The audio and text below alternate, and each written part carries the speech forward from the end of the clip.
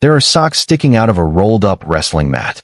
That's what a student noticed first on the morning of January 11th, 2013, in the old gymnasium at Lowndes High School in Valdosta, Georgia. Just socks. Nothing more. At first glance, it seemed like someone had stuffed clothing into one of the vertical mats stacked against the wall. Students had been known to hide things in there before. Shoes, gym clothes, personal items they didn't want stolen from the insufficient lockers. But something felt wrong.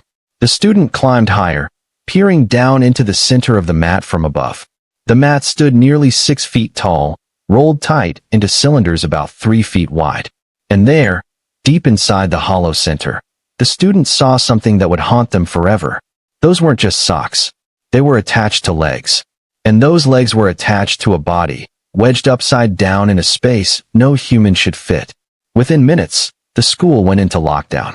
Emergency responders arrived. A coach had been notified, and he made the call that would bring police, paramedics, and investigators swarming into the quiet Georgia high school. When they finally extracted the body from the mat, they found 17-year-old Kendrick Johnson. His face was bloated with pooled blood. Some of that blood had seeped from his facial orifices and soaked into his hair, dripping onto the gymnasium floor. He was wearing jeans and layered orange and white t-shirts. His feet, visible from the top of the mat, were covered only by socks. No shoes. The body was discovered by fellow students who had climbed up to the top of a cluster of mats. The sight was horrific, the position impossible to comprehend, and the questions that followed would divide a community, launch multiple investigations, and leave a family fighting for answers more than a decade later. But before we dive in, drop a comment and let us know where you're watching from. We'd love to hear from you. If you enjoy true crime stories like this, be sure to like the video, subscribe, turn on the notification bell, and share it with someone who'd love it too. This is the story of Kendrick Johnson. And whether you believe his death was a tragic accident or something far more sinister depends on which evidence you trust, which experts you believe, and whether you think the truth was told or deliberately concealed. The question that has tormented his family for over 11 years is deceptively simple. How does a healthy, athletic 17-year-old end up dead inside a gym mat during a normal school day? The answer, depending on who you ask, is either obvious or impossible. Kendrick Lamar Johnson was born on October 10, 1995. He grew up in Valdosta, a city in southern Georgia with a population of around 50,000 people. Valdosta is the kind of place where everyone knows everyone, where high school football is religion, and where secrets have a way of staying buried if the right people want them to. Kendrick was a student at Lowndes High School, a three-sport athlete who played football, ran track, and played basketball. His friends and family knew him as KJ. He was described as humble, bright, and respectful. He had dreams. He had plans. He had a future. And on January 10, 2013, he walked into school for what should have been an ordinary day. The surveillance footage from that day would later become some of the most scrutinized video in the entire investigation. Multiple cameras throughout Lowndes High School captured Kendrick's movements. At 7:31 in the morning, he entered the building. Throughout the day, he moved through hallways, attended classes, stood in the lunch line. Everything appeared normal. He was seen talking with other students.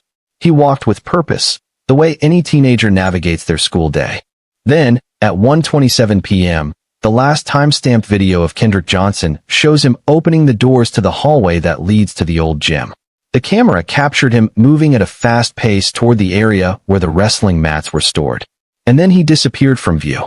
The cameras in the old gymnasium were positioned in such a way that the corner where the mats were stored was not visible. The area where Johnson's body was discovered, where the gym mats were stored, was not covered by surveillance cameras.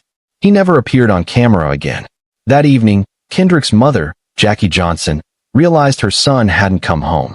She called around. She checked with friends. She contacted the school. Nobody had seen him since that afternoon. Around midnight, she filed a missing person report. A mother's instinct told her something was terribly wrong. Kendrick wasn't the type to disappear. He wasn't the type to worry his family. And as the hours stretched into the night, that gnawing fear in Jackie's chest grew into something much darker. The next morning, she went to the school herself. She learned her son had missed his afternoon classes. School officials began searching the building.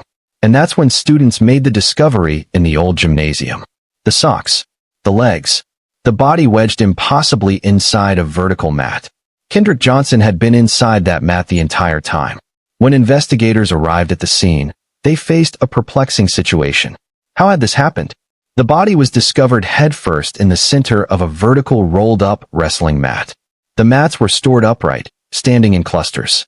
Each mat was hollow in the center, creating a cylindrical space. The mat stood nearly 6 feet tall and 3 feet wide.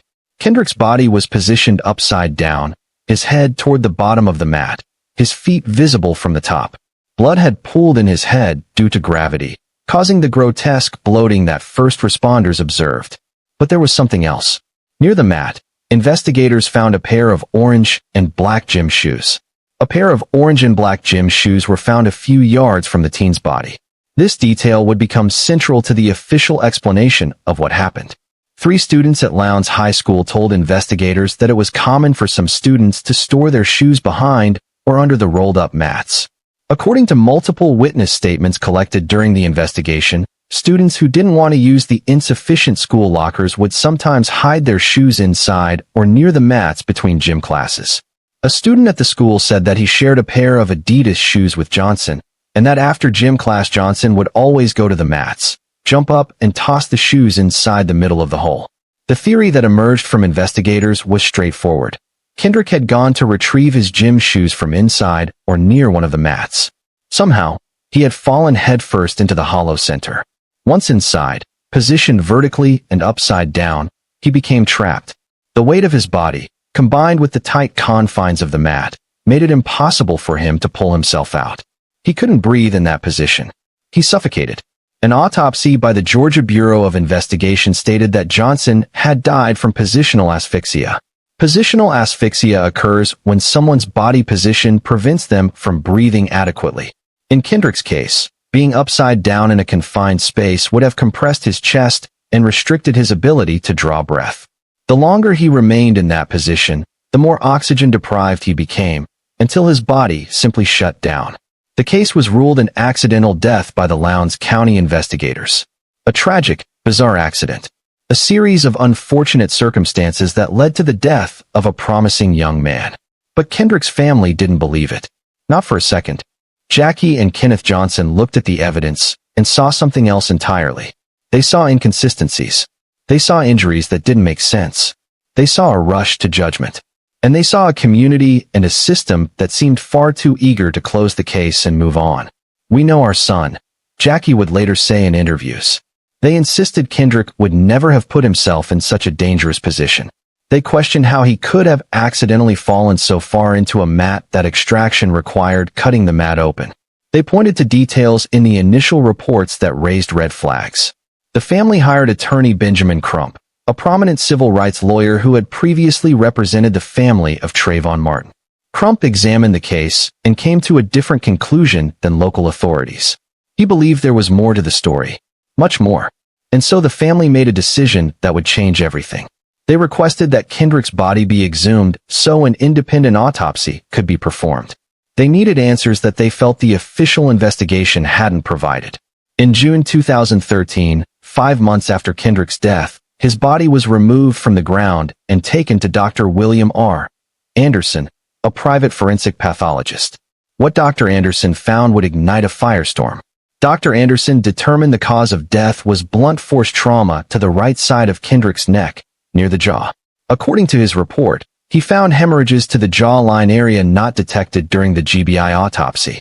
His conclusion was that Kendrick died from blunt force trauma, specifically to his neck, and that the manner of death was not accidental. 2 autopsies. 2 completely different conclusions. The Georgia Bureau of Investigation said, accidental positional asphyxia. The independent pathologist said, non-accidental blunt force trauma. How could medical professionals looking at the same body reach such divergent conclusions? The answer to that question would become one of the most contentious aspects of the entire case. But there was something else Dr. Anderson discovered during that second autopsy, something that would add another layer of mystery and outrage to an already complex case. The second autopsy revealed that many of the internal organs of the body had been removed. Johnson's chest cavity had been filled with newspaper. The organs were gone. In their place, newspaper. The Lowndes County coroner explained that the organs had been too badly decomposed to preserve and had to be disposed of before the body was sent to the funeral home. It was, according to officials, standard procedure in cases where organs cannot be preserved. But to Kendrick's family and their supporters, this looked like evidence tampering. It looked like someone had deliberately removed evidence that might contradict the official narrative. Their attorney, Benjamin Crump, told reporters that it seemed to be some kind of conspiracy to conceal the truth about what happened to Kendrick and who did it to him. Now there were two competing narratives. 1. Kendrick Johnson died in a tragic accident, reaching for a shoe and becoming trapped in a position that led to asphyxiation. 2. Kendrick Johnson was killed by blunt force trauma to the neck, and powerful people covered up the crime. The battle for the truth had only just begun. The division between accident and homicide became more than just a difference of medical opinion. It became a chasm that would swallow relationships, destroy reputations, and split an entire community down the middle. Because alongside the dispute over how Kendrick died, another narrative was emerging.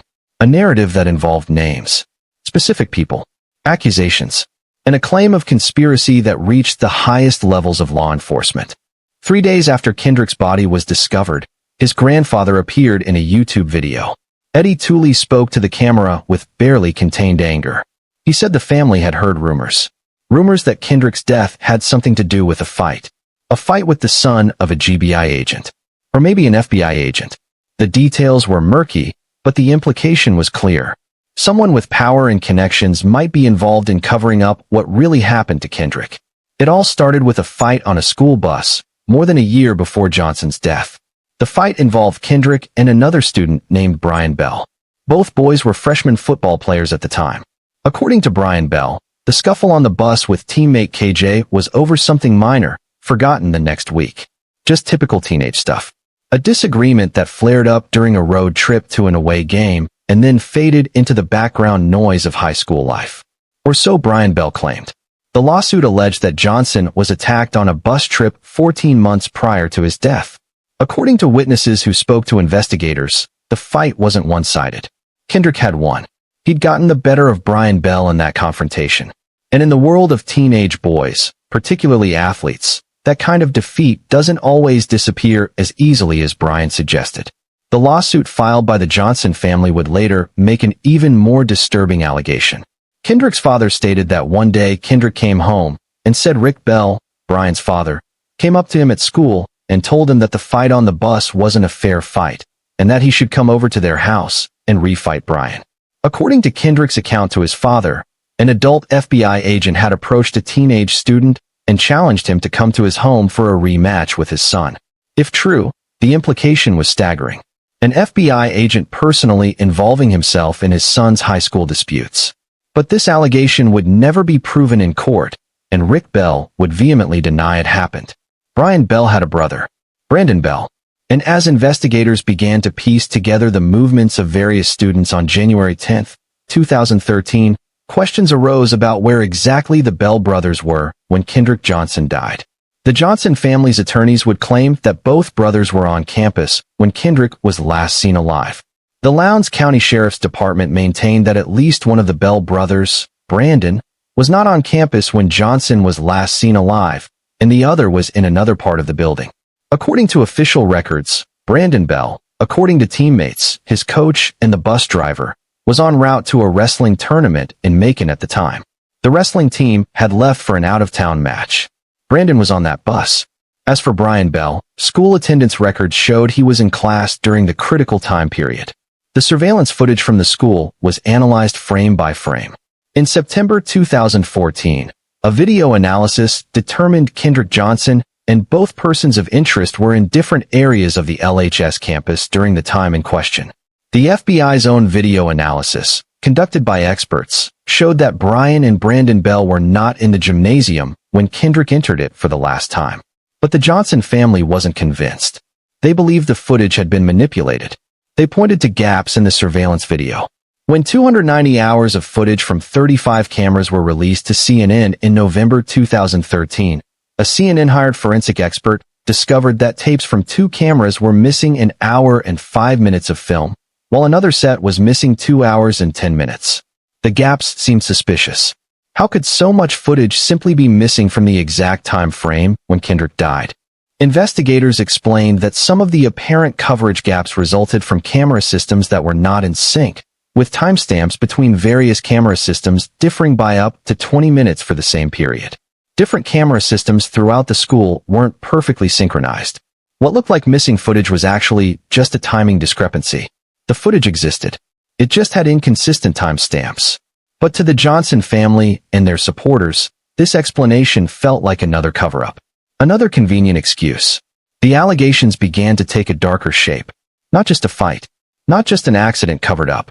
But a calculated murder. The theory, as presented in the family's lawsuit, went like this. Kendrick had been lured to the old gymnasium on January 10th. The suit alleged that a female student lured Johnson to an unnamed location, whereupon he was fatally beaten by the Bell brothers and at least one more student. The female student in question was Taylor Eakin, Brian Bell's girlfriend. The suit suggested she had played a role in getting Kendrick to that location.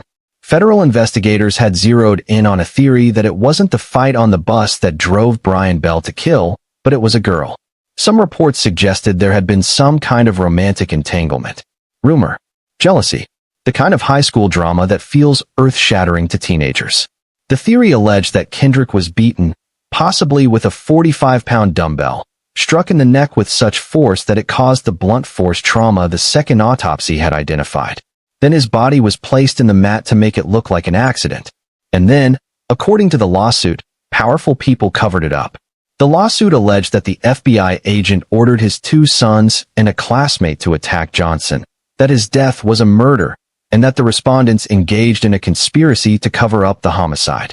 In January 2015, Johnson's family filed a $100 million civil lawsuit in the Superior Court of DeKalb County against 38 individuals. 38 people. The list of defendants included not just the Bell brothers and their father, Rick Bell, but school officials, local police, state investigators, the medical examiner, GBI agents, and even one FBI agent. The lawsuit painted a picture of an elaborate conspiracy. Rick Bell, an FBI agent who had investigated local law enforcement corruption cases, allegedly used his power and connections to orchestrate a massive cover-up. The Lowndes County Sheriff. The school superintendent. The coroner who disposed of Kendrick's organs. The medical examiner who ruled the death accidental. All of them, the suit alleged, were part of a coordinated effort to protect the Bell brothers and bury the truth. To the Bell family, this was a nightmare. They were private citizens thrust into the national spotlight, accused of murder and conspiracy by a grieving family with a high-profile attorney. Brian Bell had been an excellent student and a talented athlete. He'd received a football scholarship to Florida State University, one of the premier programs in the country. But when the lawsuit was filed, naming him as a defendant, Florida State revoked his scholarship offer. His dream evaporated. He eventually landed at the University of Akron, a smaller Division I program, but the damage to his reputation was done. The Bell family maintained their innocence from day one. They insisted they had nothing to do with Kendrick's death. They provided alibis. They cooperated with investigators. And they watched helplessly as their names were dragged through the media and across social media platforms, where hashtags like Justice for Kendrick went viral, and where many people had already decided the Bell brothers were guilty. The case became a national story. It fit into larger narratives about race, justice, and power in America. Kendrick was black. The Bell brothers were white. Rick Bell was an FBI agent. The Johnson family was working class. The Bells were affluent and well-connected. To many observers, the power dynamics seemed obvious. A black teenager dies under mysterious circumstances, and the white sons of an FBI agent walk free. The story echoed through communities that had seen too many similar cases where justice seemed to depend on who you were and who you knew. Protests erupted. Civil rights organizations got involved. Celebrities and activists amplified the Johnson family's calls for justice. The NAACP held rallies. In December 2013, a Who Killed KJ rally was held at the Georgia State Capitol in Atlanta. Hundreds of supporters demanded answers. They demanded accountability. They demanded that someone be held responsible for Kendrick Johnson's death. And then the federal government got involved. On October 31, 2013, U.S. Attorney Michael Moore announced that his office would open a formal review into Johnson's death. The FBI would conduct its own investigation, separate from the local and state inquiries. This was a significant development. Federal investigators have resources and authority that local agencies don't. They can cross jurisdictional lines. They can examine evidence of civil rights violations. And critically, they're theoretically insulated from local politics and influence. For the Johnson family, this felt like hope. Finally, someone with real power would look at the evidence without the potential conflicts of interest that plagued the local investigation. The federal investigation was exhaustive.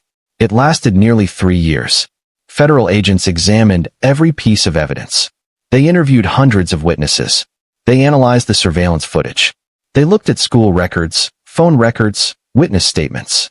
In July 2015, federal agents executed search warrants at the homes of the Bell family, Taylor Eakin's family, and another student named Ryan Hall.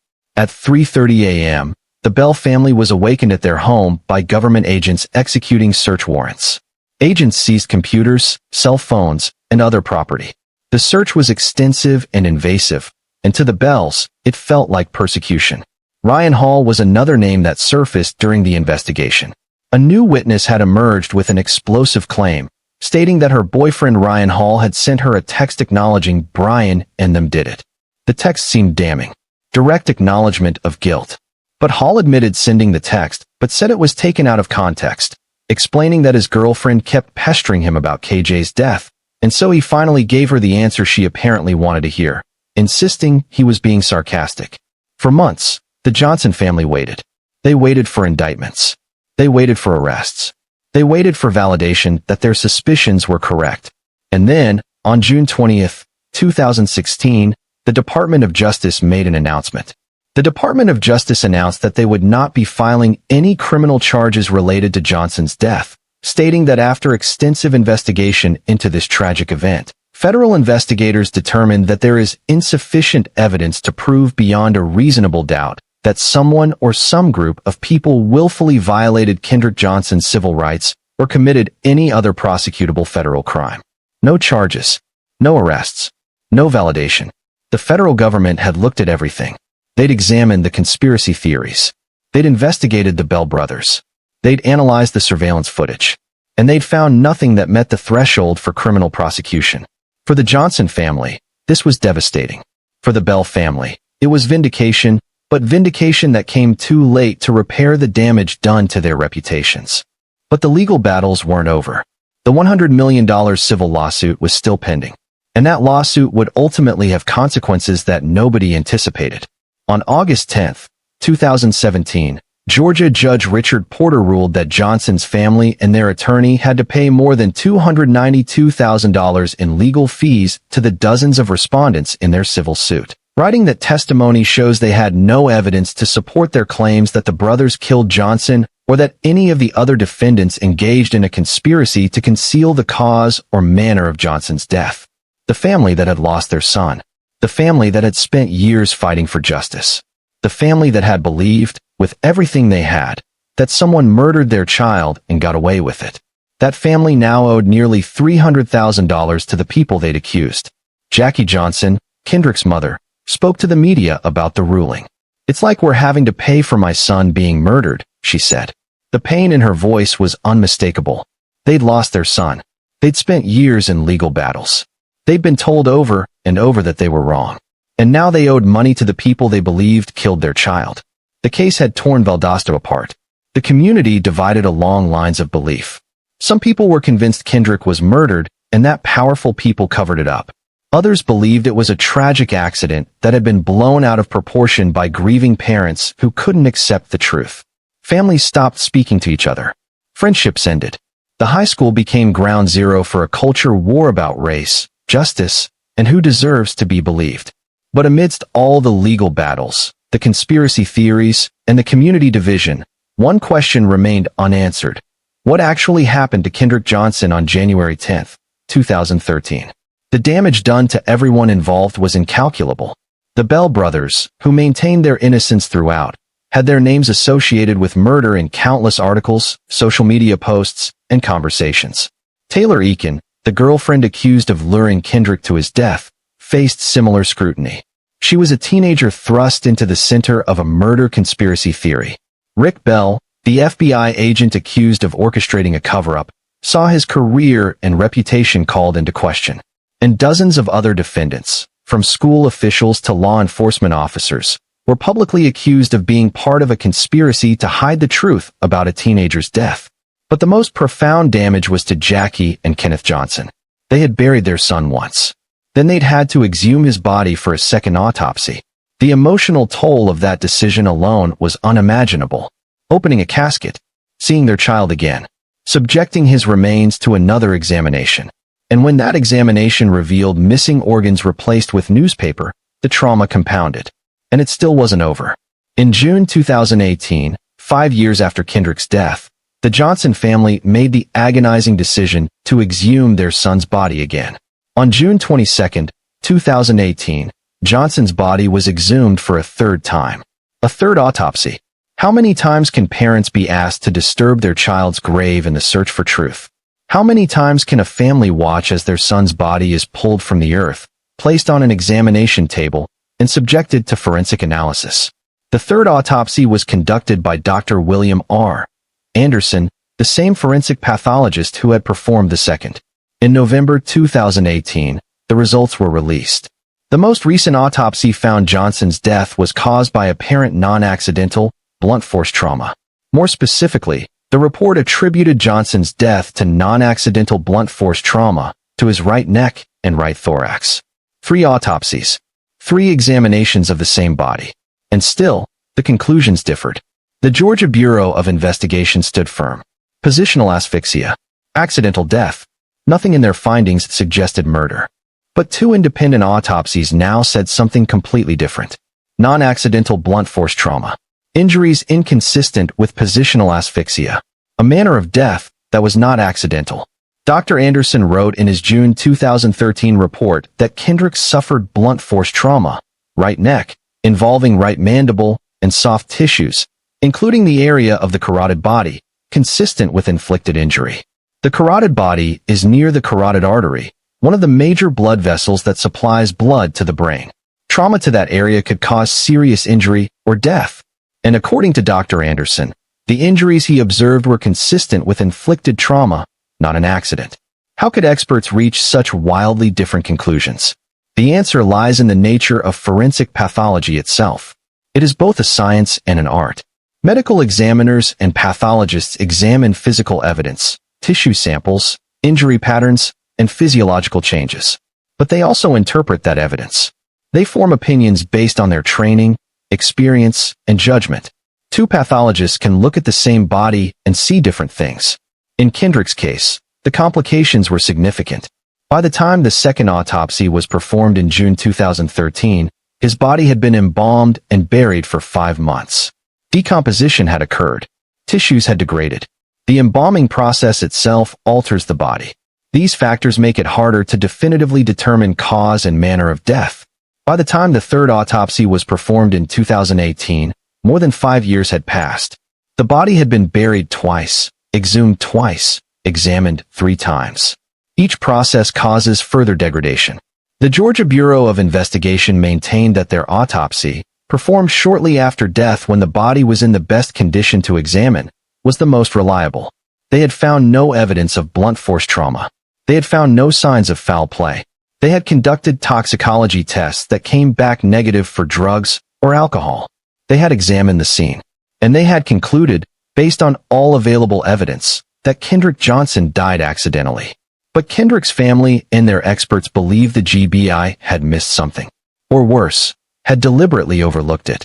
They pointed to the missing organs as evidence of tampering. They pointed to the gaps in surveillance footage as suspicious. They pointed to the alleged relationship between the Bell family and local law enforcement as a motive for cover-up. And then, in February 2018, something new emerged. According to an affidavit provided by Johnson's parents, on February 9, 2018, a witness gave their testimony stating that an acquaintance confessed that another person killed Johnson. The affidavit claimed that the person struck Kendrick Johnson in the neck with a 45-pound weight or dumbbell. It also alleged that an agent in some way facilitated the editing of the high school surveillance video by corrupting or deleting some 1 hour and 25 minutes of the original recording. A confession, or at least a second-hand account of a confession. This could have been the breakthrough the family had been waiting for. Finally, someone coming forward with direct knowledge of what happened. But there was a problem. The Lowndes County Sheriff's Office received possible evidence in the case on March 17, 2021, an audio recording of a possible confession that was reviewed and later determined to be a hoax. The recording was fake. Someone had fabricated it. The tape was sold to the Johnson family for $1,000. Someone had exploited a grieving family's desperation for answers by selling them a false confession. The cruelty of that act is hard to fathom. The Johnsons had already lost their son. They'd spent years fighting for justice. They'd been told repeatedly that they were wrong, that they had no evidence, that they owed hundreds of thousands of dollars to the people they'd accused. And then someone sold them hope in the form of a lie. Someone took their money and gave them a fake confession that would ultimately be exposed as a hoax, causing them further humiliation and pain. But even as one lead turned out to be false, the case refused to die. The national attention continued. Documentaries were made. In 2021, a film called Finding Kendrick Johnson was released. It featured interviews with the family, supporters, and investigators who believed Kendrick had been murdered. The documentary presented the case from the perspective that a cover-up had occurred. It highlighted the inconsistencies. It questioned the official narrative. And it kept Kendrick's story in the public consciousness. The pressure on law enforcement to reopen the case intensified. Jackie and Kenneth Johnson never stopped fighting. They held rallies. They gave interviews. They maintained a foundation in Kendrick's name. They refused to let his story be forgotten. And in March 2021, their persistence paid off in an unexpected way. On March 10, 2021, the case was officially reopened by Lowndes County Sheriff Ashley Polk. Sheriff Polk was a new player in the story. At the time of Johnson's death, Polk was a retired former sheriff. But he came out of retirement in 2017 and took office as the Lowndes County Sheriff. In April 2019, he requested that information collected during the federal investigation be released to his department. It took 2 years, but finally, with help from the Johnson family, a federal judge released the documents and additional evidence in the case, including 17 boxes of records, 2 computer towers, and computer drives. 17 boxes of evidence. Tens of thousands of documents. Everything the federal government had collected during its 3-year investigation. Sheriff Polk announced that he would personally lead a new examination of the case. He said he was not sure when this situation happened that it was an accident, stating if there's questions and they're legitimate, he needed to know the answers himself. This was significant. Here was a local law enforcement official who had not been involved in the original investigation saying publicly that he had questions, that he wanted to look at the evidence himself, that he owed it to the community to be thorough. For the Johnson family, this was a glimmer of hope. Jackie Johnson told CNN she was feeling hopeful. Kenneth Johnson said he just wanted the truth to come out. After 8 years of fighting, someone in authority was willing to take a fresh look at what happened to their son. Sheriff Polk's investigation lasted approximately 10 months. He pored over the 17 boxes of federal evidence. He reviewed reports from 9 different investigative agencies. He examined federal grand jury testimonies. He studied all 3 autopsy reports. He interviewed witnesses. He analyzed the surveillance footage himself. And at the end of it all, on January 26, 2022, he released his findings. Nearly 10 months after the Lowndes County Sheriff's Office reopened the Kendrick Johnson case, Sheriff Ashley Polk released an investigation synopsis. The document was comprehensive. It laid out the evidence systematically. It addressed the conspiracy theories. It examined the allegations against the Bell brothers. It looked at the claims of missing footage and tampered evidence. And it concluded, once again, that Kendrick Johnson's death was an accident. The synopsis stated that 7 different people testified that students stored shoes and other items in the gym mats, and one person also testified students would often crawl down into the mats to retrieve their items. According to the report, one person stated that he and Johnson stored items in mats together in the past. The report also indicated that there appeared to be no signs of blunt force trauma on Johnson's face or body. As for the conspiracy theories, Polk addressed them directly. He stated that given the number of agencies involved in the investigation, local, state, and federal, it would be impossible to conceal any evidence. Too many people had looked at this case. Too many independent entities had reviewed the evidence. For a cover-up to have occurred, dozens of people across multiple agencies would have to be complicit, and Polk found no evidence of that. In the report, Polk acknowledged that there will still be a contingent that will believe there was foul play. He understood that his findings would not convince everyone. He asked that if anyone had any other tangible evidence related to the case, it be turned over with a source in writing for review. To emphasize his confidence in the findings, Sheriff Polk took an extraordinary step. He said he was putting up a $500,000 reward of his own money for anyone to come forward with information in the alleged murder of Kendrick Johnson. $500,000. His own money. If someone had credible evidence that Kendrick was murdered, Polk was willing to pay them personally to come forward. The message was clear. After reviewing everything, after examining all the evidence himself, Sheriff Polk believed the official explanation. Kendrick Johnson had died in a tragic accident, and if anyone could prove otherwise, he would pay them $500,000. The Johnson family's response was swift and anguished. Hours after the synopsis was released, Jackie Johnson took to Facebook Live and insinuated there were lies in the report. The family's attorney, Clint Rucker, said they were taking time to process the sheriff's comments and would respond appropriately. They held a press conference outside the sheriff's office, maintaining their belief that their son was murdered and that the truth was still being concealed. For Jackie and Kenneth Johnson, this was another devastating blow. Another official investigation concluding the same thing. Another authority figure telling them they were wrong. Another door closing on their quest for justice. But they refused to give up. In August 2024, Jacqueline and Kenneth Johnson filed a $12 million lawsuit over the Georgia Department of Health's refusal to change their son's official cause of death. The death certificate still listed positional asphyxia as the cause of death, based on the original GBI autopsy. The family wanted it changed to reflect the findings of the independent autopsies. They wanted the official record to say their son died from blunt force trauma. Because to them, that distinction mattered. It was the difference between accident and murder, between tragedy and injustice. They also filed a separate $1 billion lawsuit against the GBI and Lowndes County Sheriff's Office, accusing them of actively covering up the circumstances of their son's death. Kenneth Johnson spoke to reporters about why they continued fighting. If Kendrick was white, his family wouldn't be going through this right now, he said, adding that since it's a black child, these people don't care, but they care and will push for the truth. And there it was. The racial dimension that had been present from the beginning, but not always spoken aloud. A black teenager found dead under mysterious circumstances. White students accused, but never charged. A white FBI agent's son's at the center of conspiracy theories. Law enforcement agencies concluding accident despite the family's insistence on murder. The power dynamics. The distrust. The history of black families being told their loved ones' deaths don't matter, don't warrant investigation, were their own fault. Whether or not race played a role in how Kendrick Johnson died, it undeniably played a role in how his death was perceived, investigated, and adjudicated. To many people, particularly in the black community, this case looked like countless others where justice was denied, evidence was mishandled, and powerful people protected their own. To others, particularly those accused and their supporters, this case looked like a tragic accident that was weaponized, a rush to judgment based on conspiracy theories rather than evidence, and a family unable to accept a painful truth. The truth, as is so often the case, was likely more complicated than either narrative allowed.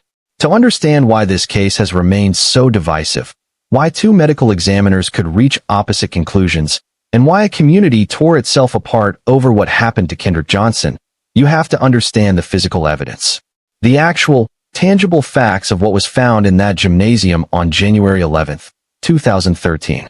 Because everything else, every theory and every accusation, stems from how people interpret those facts. The mat itself stood nearly 6 feet tall. When rolled up, the mat left a 14-inch hole in diameter in the center. Picture that. A circular opening, 14 inches across. Now consider that Kendrick's shoulders measured 19 inches across, and he was 5 feet, 10 inches tall. His shoulders were wider than the opening of the mat. 5 inches wider. For Kendrick to fit inside that mat, his shoulders would have had to compress. Human shoulders can compress to a degree. When you squeeze through a tight space, your joints flex, your shoulder blades rotate inward. It's possible. But once inside, once you're vertical and upside down in a confined cylinder barely wider than your compressed shoulders, getting out becomes exponentially harder. Gravity works against you. Your arms have no leverage. Your legs are above you, useless.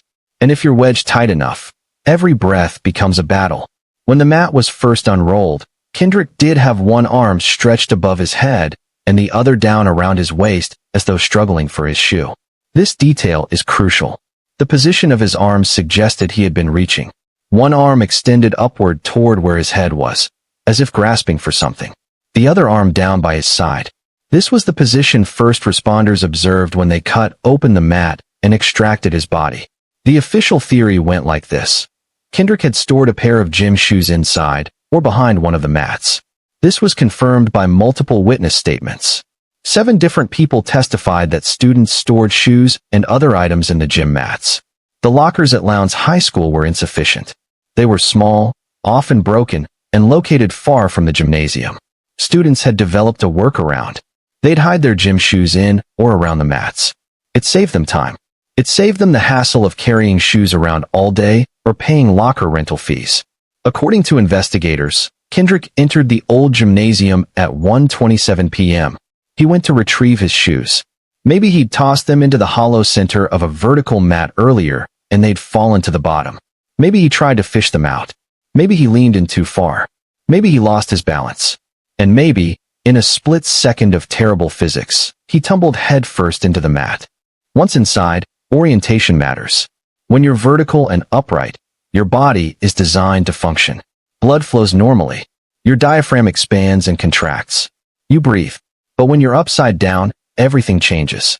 Blood pools in your head. Your internal organs shift. Your diaphragm, the primary muscle responsible for breathing, can't work properly against gravity. And if you're in a confined space that restricts your chest from expanding, you can't draw adequate breath. Positional asphyxia doesn't require strangulation. It doesn't require violence. It just requires being trapped in a position where your body cannot get enough oxygen. Victims of positional asphyxia don't always show obvious signs of trauma. There might be no broken bones, no visible injuries, just the slow, terrifying suffocation that comes from being unable to breathe. The GBI autopsy found no evidence of blunt force trauma, no fractures, no contusions inconsistent with the mat. The cause of death was listed as positional asphyxia, and the manner was accidental. To the medical examiner who performed that autopsy, the evidence was clear. A tragic accident. A series of unfortunate decisions in physics that resulted in death. But Dr. William R. Anderson saw something different. When he examined Kendrick's body 5 months later, he found what he described as hemorrhaging on the right side of the neck. Anderson determined he found hemorrhages to the jawline area not detected during the GBI autopsy. Hemorrhaging indicates bleeding. Bleeding indicates trauma. And trauma to the neck, particularly near the carotid artery and jugular vein, can be fatal. Dr. Anderson's report stated that the injuries were consistent with inflicted trauma, not accidental, not from falling or being compressed in a mat. Inflicted. That word matters. It suggests intent. It suggests another person. It suggests violence. In September 2018, Anderson added an addendum to his report to include blunt force trauma, right thorax. The thorax is the chest area. So now, according to the second autopsy and its later addendum, Kendrick had injuries to both his neck and his chest. Injuries that Dr. Anderson believed could not have been caused by accidentally falling into a mat. But here's where forensic pathology becomes complicated. By the time Dr. Anderson examined the body, it had been embalmed and buried for months. Embalming involves pumping chemicals through the body's circulatory system to preserve tissue. It changes the appearance of injuries. It can create artifacts that look like hemorrhaging but aren't. Decomposition, even after embalming, continues. Tissues break down. Colors change. What looks like fresh trauma might be post-mortem discoloration. The GBI stood by its findings. Their pathologist had examined the body within days of death, when it was in optimal condition for autopsy. They insisted that if there had been blunt force trauma significant enough to cause death, they would have found it. They noted that Dr. Anderson's examination was compromised by the time that had passed and the condition of the remains. Dr. Anderson countered that the GBI had missed critical injuries. He argued that the patterns he observed were inconsistent with positional asphyxia alone. He maintained that someone had struck Kendrick Johnson with enough force to cause fatal trauma. And then there was a third opinion. The Armed Forces Medical Examiner did the final autopsy, and in an August 2014 report listed the death as positional asphyxia and the manner accidental. But something unusual happened. The agency amended the autopsy in 2016 to say the cause and manner of death were undetermined. Undetermined. Not accidental. Not homicide. Just undetermined. The reason given was that additional materials had been submitted during the federal investigation that created enough uncertainty that the Armed Forces Medical Examiner could no longer definitively rule on cause and manner of death. 3 autopsies. 3 different conclusions. Accidental positional asphyxia. Non-accidental blunt force trauma. Undetermined. How is anyone supposed to know the truth when the experts can't agree? The surveillance footage became another battleground. The Johnson family's attorneys claimed the footage had been manipulated. They pointed to the gaps. A CNN-hired forensic expert discovered that tapes from 2 cameras were missing an hour and 5 minutes of film, while another set was missing 2 hours and 10 minutes. Missing footage. During the exact time frame when Kendrick died. How could that be coincidence? Investigators explained it. Some of the apparent coverage gaps resulted from camera systems that were not in sync, with timestamps between various camera systems differing by up to 20 minutes for the same period. The school had multiple camera systems installed at different times by different vendors. They didn't synchronize perfectly. What looked like missing time was actually a timing error. The footage existed. The timestamps were just inconsistent. But to someone looking for evidence of a cover-up, that explanation sounded convenient. Too convenient. Like everything else in this case, you could interpret the surveillance footage 2 ways. Either it was a mundane technical issue, or it was evidence of tampering. The shoes found near Kendrick's body added another layer of complexity. A pair of orange and black gym shoes were found a few yards from the teen's body. If he died reaching for shoes, why were shoes found outside the mat? Investigators said those were the shoes he'd been trying to retrieve. Somehow, in the struggle or during the extraction of his body, they'd ended up on the gym floor. The family said the positioning made no sense. If he'd been reaching for shoes inside the mat, why were they yards away? And then there were the details that didn't fit neatly into either narrative. When Kendrick's body was discovered, he was wearing white socks. Just socks. No shoes. His jeans were still on.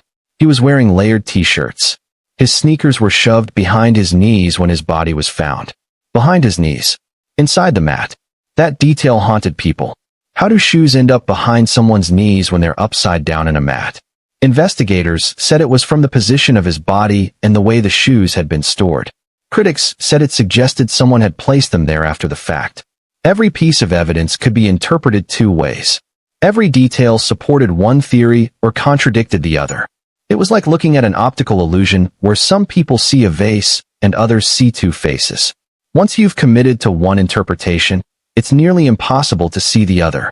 The Johnson family believed their son was murdered. They believed powerful people covered it up. They saw the gaps in footage as evidence of tampering. They saw the missing organs as destruction of evidence. They saw the quick ruling of accidental death as a rush to close a case before the truth could emerge. And they saw the allegations against the Bell brothers and the subsequent federal decision not to prosecute as proof that justice was denied to a black family by a system designed to protect white defendants. Others believed Kendrick died in a freak accident. They believed the initial investigation was thorough and accurate. They saw the gaps in footage as technical glitches. They saw the missing organs as unfortunate, but explained. They saw the quick ruling as investigators doing their job efficiently based on clear evidence. And they saw the allegations against the Bell brothers as a family's understandable but misguided attempt to find someone to blame for an unbearable tragedy. Who was right? After all the investigations, all the autopsies, all the lawsuits, all the protests, all the media coverage, all the tears and rage and heartbreak, the answer to that question depends entirely on who you ask.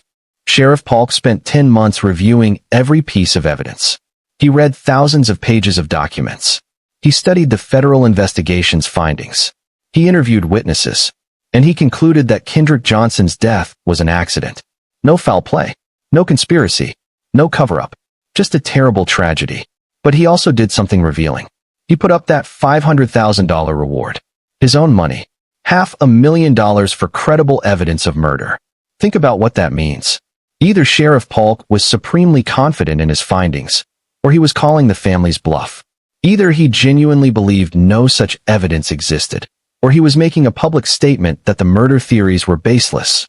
The Johnson family saw it differently. To them, the reward was insulting. A publicity stunt. A way for the sheriff to appear impartial while actually dismissing their claims. Because how could anyone come forward with evidence if that evidence had been destroyed or concealed years ago? How could witnesses speak up if they'd been threatened or intimidated? How could justice be served if the entire system was corrupt? These are the questions that keep Jackie and Kenneth Johnson fighting. These are the questions that have consumed more than a decade of their lives. These are the questions that prevent them from accepting any explanation that doesn't involve someone being held accountable for their son's death. In 2024, they were still filing lawsuits, still demanding answers, still refusing to let Kendrick's story end with the word accident. Because for them, accepting that explanation would mean accepting that their son died for nothing, that he made a foolish decision to reach for a shoe and paid for it with his life, that no one was to blame, that there was no justice to be had because there was no crime. And they couldn't accept that. They wouldn't accept that. So the battle continued. But here's what makes this case so much more complicated than simple disagreement between experts.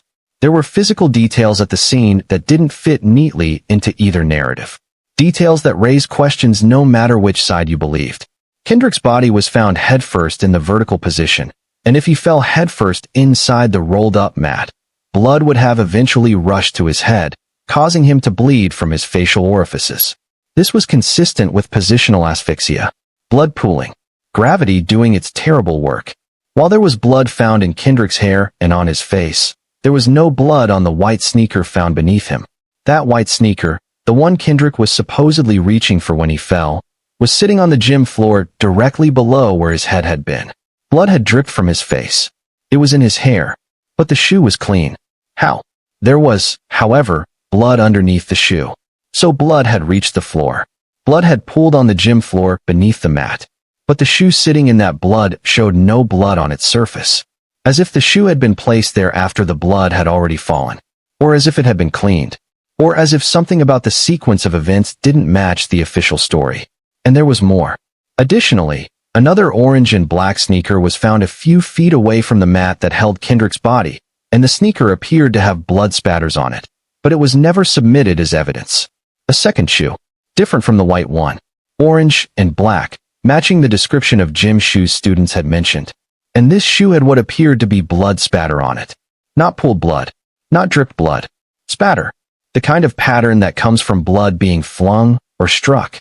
The kind of pattern that suggests force. But investigators never collected it as evidence.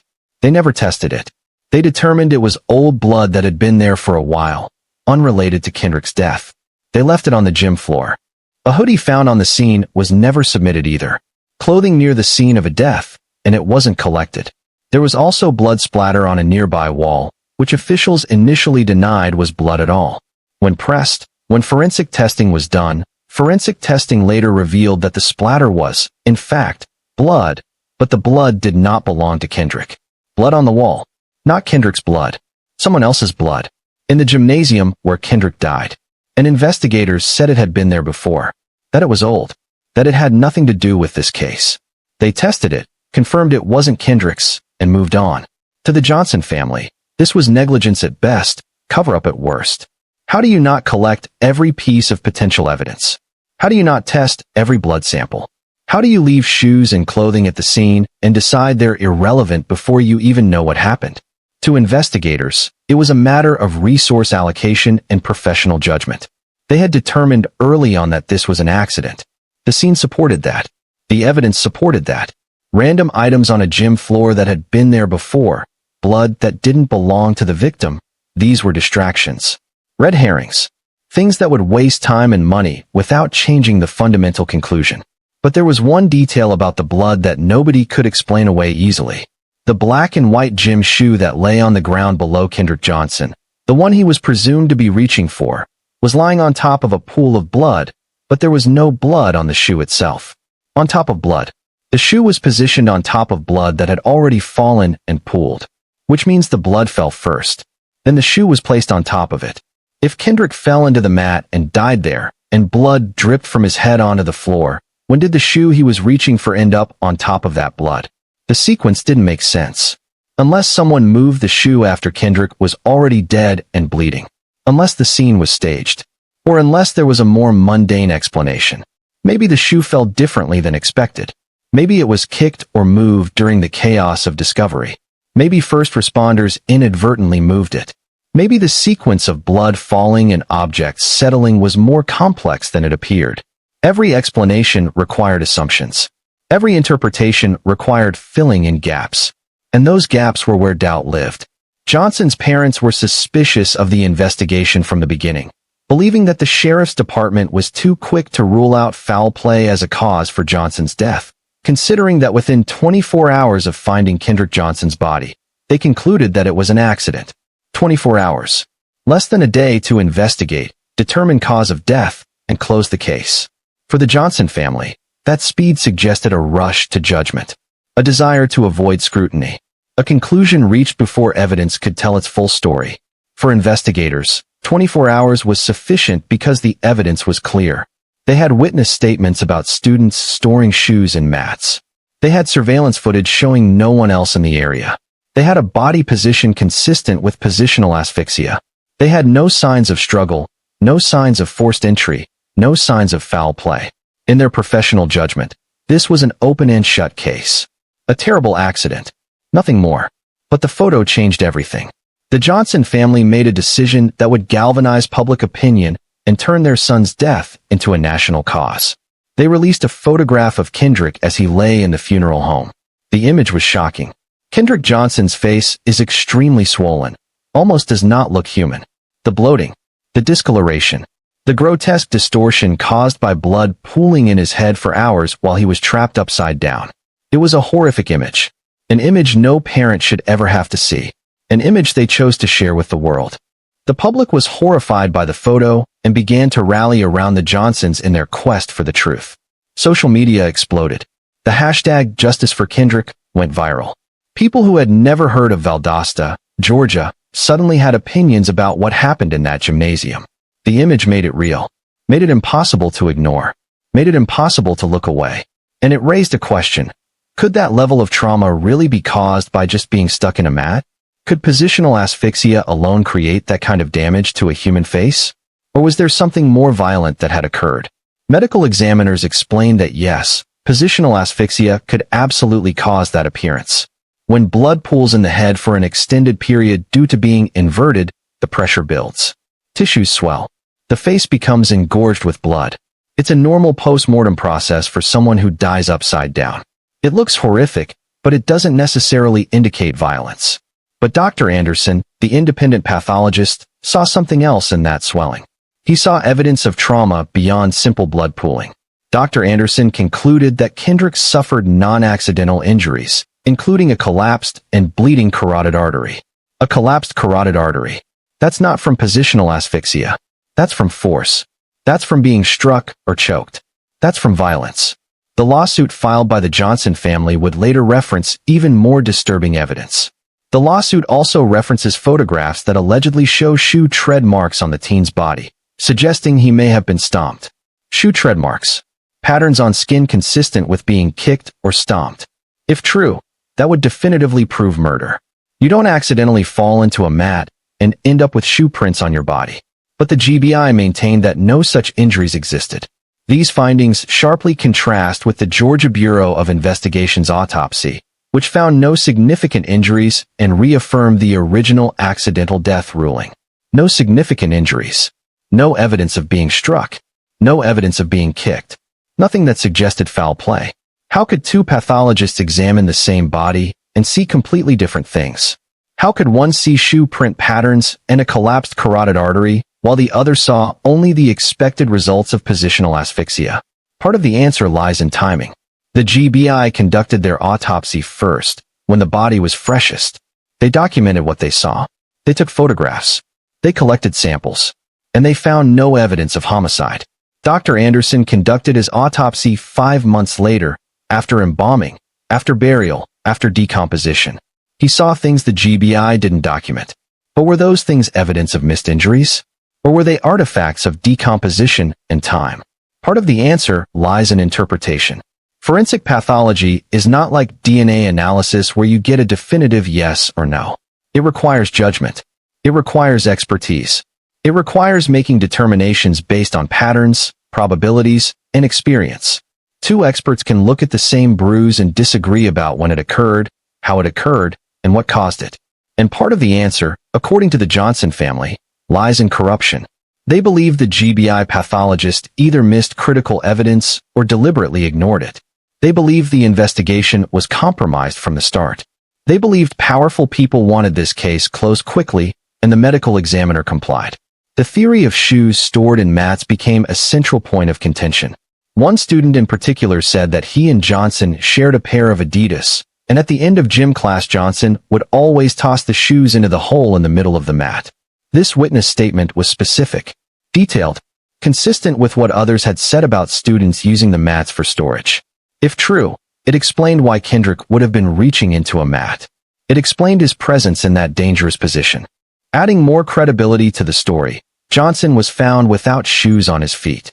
He was in socks. Just socks. If he'd been attacked, would his attacker have removed his shoes? That seemed unlikely. But if he'd removed them himself to change into gym shoes, that made sense. Students changed shoes multiple times a day. Regular shoes for class. Gym shoes for athletics. It was routine. But skeptics pointed out that if Kendrick regularly tossed shoes into the center of mats, he would have known how dangerous that was. He would have known how difficult retrieval could be.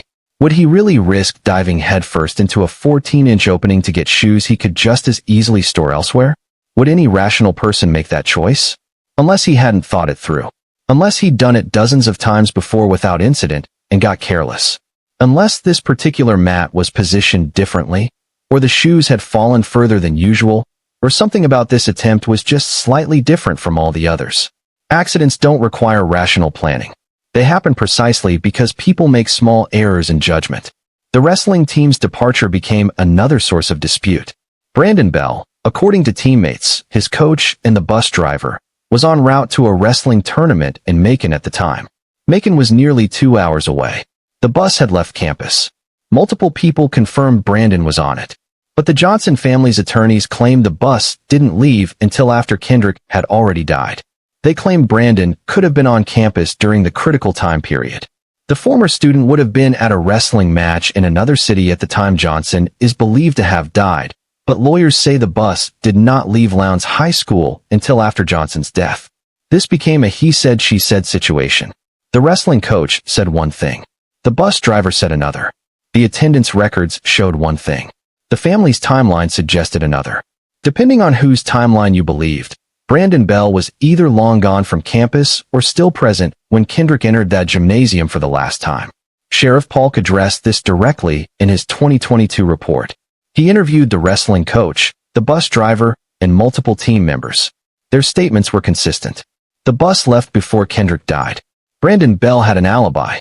As for Brian Bell, he was in class. The surveillance footage and attendance records confirmed it. Both brothers, according to the official investigation, were accounted for.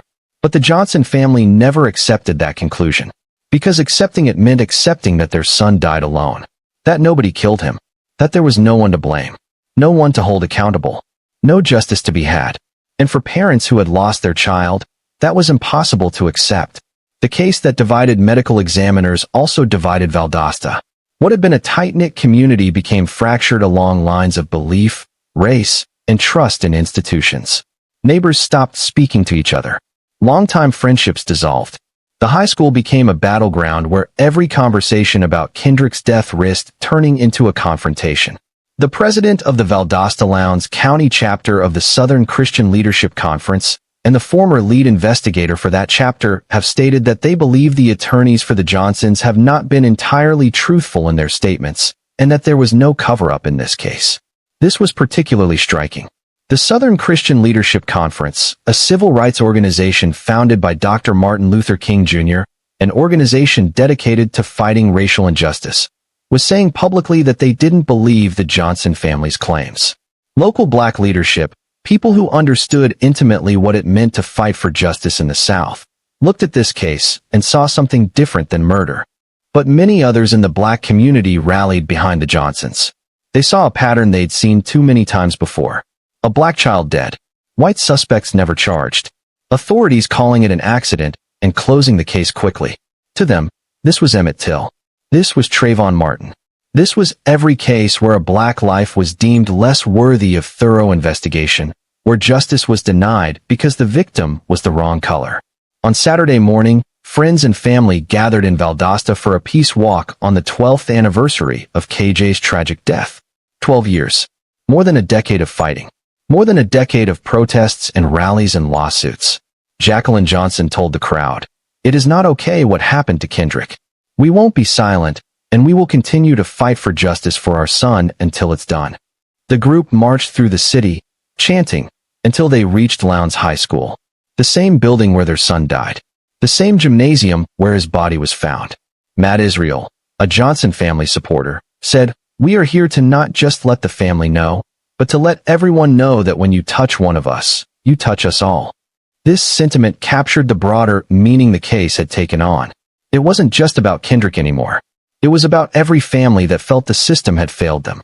Every parent who worried their child's death wouldn't be taken seriously. Every community that had learned not to trust official explanations. The toll on the Johnson family was immeasurable. Jonathan Burrs, the Johnson family spokesperson, told reporters that Jackie has lost weight, often tries to eat, and can't keep anything down, and both parents show signs of post-traumatic stress. He described it as frustration and trauma that is unimaginable. This was what fighting for justice looked like. Not the heroic narrative of courtroom victories and vindication, but the slow grinding down of two people who had already lost the most precious thing in their lives and were now sacrificing their health, their finances, and their peace in pursuit of answers. At a news conference announcing yet another lawsuit, Jacqueline Johnson said, "It's painful. It's hurtful. It's a shame that we have been having to fight for 10.5 long years. 10.5 years at that point. Now it's been 12. Every January 11th, another anniversary. Another year without their son. Another year without justice. Another year of being told they're wrong. They have no evidence. They need to let it go." But they couldn't let it go. The legal battles continued to multiply. The $100 million lawsuit against 38 defendants had been dismissed. The family owed nearly $300,000 in legal fees. The federal investigation had found no evidence of civil rights violations. Sheriff Polk's reinvestigation had concluded it was an accident. Every door seemed to close.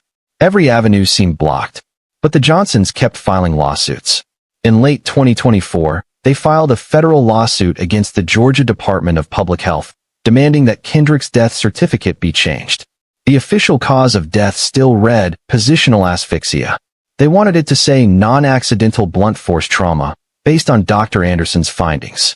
The family proposed that Kendrick's death certificate should list the cause of death as non-accidental blunt force trauma, instead of positional asphyxia. This wasn't just about semantics. A death certificate is an official document. It becomes part of the historical record. And for the Johnsons, having that document say accident meant their son's death would forever be recorded as something it wasn't. They also filed a $1 billion lawsuit against the GBI, the Lowndes County Sheriff's Office, the Crime Lab, and the Lowndes County Board of Education. $1 billion. The lawsuit accused them of actively covering up the circumstances of their son's death. It was a staggering sum, and the lawsuit faced immediate challenges. A federal judge ruled against the parents of Kendrick Johnson in the $1 billion court filing, denying a request for default judgments of $500 million each against the sheriff's office and the GBI. The judge found there was no proof the defendants had even been properly served with the paperwork. But then something unexpected happened. The case bounced through the legal system and landed before the U.S. Court of Appeals for the 11th Circuit. While a district court judge threw out the family's lawsuit against the GBI, school board, and others, the appeals court said that those issues could be fixed.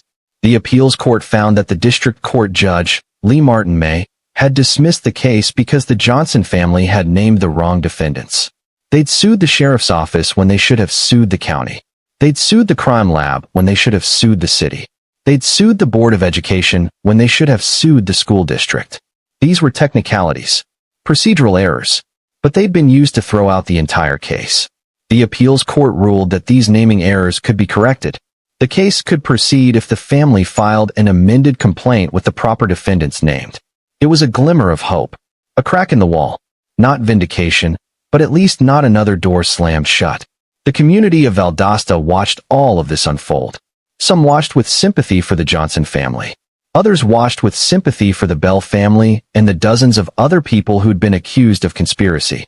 And some watched with exhaustion, wishing the whole thing would just end, wishing their community could heal and move forward. Because Valdosta was tired. Tired of being known for this tragedy. Tired of the protests and the media attention and the conspiracy theories. Tired of neighbors arguing about guilt and innocence. Tired of the whole mess. But Jackie and Kenneth Johnson weren't tired. Or if they were, they pushed through it. The Johnsons said they would continue organizing community events and bringing attention to their son's death in hopes that no family will ever experience such a tragedy again. Our child is gone, so we continue to fight to make sure this does not happen to another family or another child, they said. The racial element remained impossible to ignore. Kenneth Johnson told reporters, if Kendrick was white, his family wouldn't be going through this right now. Since it's a black child, these people don't care, but they care and will push for the truth. This belief, whether accurate or not, fueled their persistence. They believed race was the reason the investigation was insufficient. Race was the reason the case was closed so quickly. Race was the reason powerful people could orchestrate a cover-up and face no consequences. Others argued that race had nothing to do with it, that the investigation was thorough, that the evidence simply didn't support the murder theory, that the Bell brothers' father being an FBI agent didn't matter because he wasn't even in the FBI anymore at the time of Kendrick's death, he'd retired, that the conspiracy theory required too many people to stay silent, too many agencies to be complicit, too many coincidences to line up perfectly. Sheriff Polk's $500,000 reward remained unclaimed. No one had come forward with credible evidence of murder. The reward stood as either proof that no such evidence existed, or proof that witnesses were too afraid to speak. The GBI stood behind its findings. In a statement, the GBI said, the GBI Medical Examiner's Office conducted a thorough autopsy on this case. The case is closed, and we stand behind our original findings. No apology. No admission of error. Just a firm insistence that they'd done their job correctly and their conclusions were accurate. The Department of Justice, which had spent 3 years investigating, had been clear in its 2016 announcement. The DOJ noted that the government would have to prove beyond a reasonable doubt not only that someone killed Kendrick Johnson, but that the killing was motivated by racial animus, which would have been a high threshold to meet. Even if they could prove murder, which they couldn't, they'd need to prove it was a hate crime to bring federal charges. That's an extraordinarily high bar. It's not enough to show someone died. You have to show they died because of their race. And the evidence didn't support that. But for many people watching this case, that explanation felt hollow. It felt like a bureaucratic excuse. Because if Kendrick was murdered, if someone beat him and stuffed his body in a mat, wasn't that motivated by something? Wasn't violence against a black teenager by white teenagers inherently tied to race, even if no one used a slur, even if it started over something else? These questions had no easy answers. These questions revealed the complexity of how race operates in America, not always in overt, documentable ways. Sometimes in subtle power dynamics, in who gets believed, in whose suffering gets attention, in which deaths get thorough investigations, and which get closed quickly. The case had become larger than Kendrick Johnson. It had become a symbol, a Rorschach test where people saw their own beliefs about race, justice, and power reflected back at them. To some, it was proof that black lives don't matter to the justice system. To others, it was proof that grieving families sometimes can't accept painful truths, and that conspiracy theories can take on a life of their own. Both narratives had passionate defenders. Both narratives had compelling arguments. And neither side could definitively prove the other wrong. Because the physical evidence could be interpreted multiple ways, the expert opinions contradicted each other, and the surveillance footage had gaps that were either technical glitches or deliberate tampering, depending on who you asked. 12 years after Kendrick Johnson died, his case remained open in the court of public opinion even as it remained closed in official investigations. His family remained committed to their fight. His name remained a rallying cry for justice reform. And Valdosta remained a community divided, unable to agree on the most fundamental question: what happened to Kendrick Johnson? The only certainty was that on January 10, 2013, a 17-year-old went to school and never came home. Everything else remained contested, disputed, and unresolved. And that uncertainty was its own kind of tragedy. The Bell family never asked to be part of this story. They were thrust into it by tragedy, accusation, and the viral nature of a case that captured national attention. And once they were in it, there was no way out. Brian Bell had been a promising student athlete.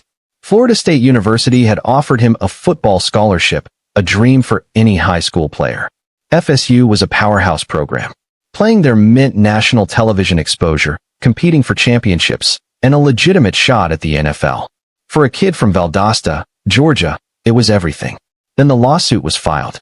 In January 2015, the Johnson family named Brian Bell, his brother Brandon, and their father Rick as defendants in a $100 million wrongful death suit. The lawsuit alleged murder. It alleged conspiracy. It alleged that Brian Bell had beaten Kendrick Johnson with a 45-pound dumbbell and stuffed his body in a gym mat.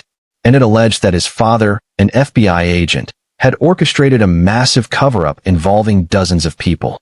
When the lawsuit became public, Florida State withdrew Brian Bell's scholarship offer. Just like that, his future changed. No explanation, no hearing, no trial, just an accusation in a civil lawsuit, and the university decided he was too much of a liability. The PR risk was too great. Better to cut ties than deal with the controversy. Jason Latson, the attorney representing Brian Bell, told reporters, "The absurdity of this situation is just hard to overstate. This young man did nothing. There is no possibility he had anything to do with the tragic death of this young man. But public perception doesn't require proof.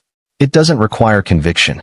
All it requires is accusation, especially when that accusation involves a dead teenager and allegations of cover-up." Brian Bell eventually landed a football scholarship at the University of Akron, a Division I school in northern Ohio. Akron was a significant step down from Florida State. Smaller program, less exposure, different tier of competition. But it was something. A chance to continue his education and play football. A chance to try to build a life after his name had been dragged through national headlines. The transfer of the federal investigation to Ohio was noted by the Johnson family's supporters as suspicious. Marcus Coleman, a spokesman for Kendrick's parents, said of the transfer of the case to Ohio, "It definitely raises an eyebrow, because that is now home for Brian Bell."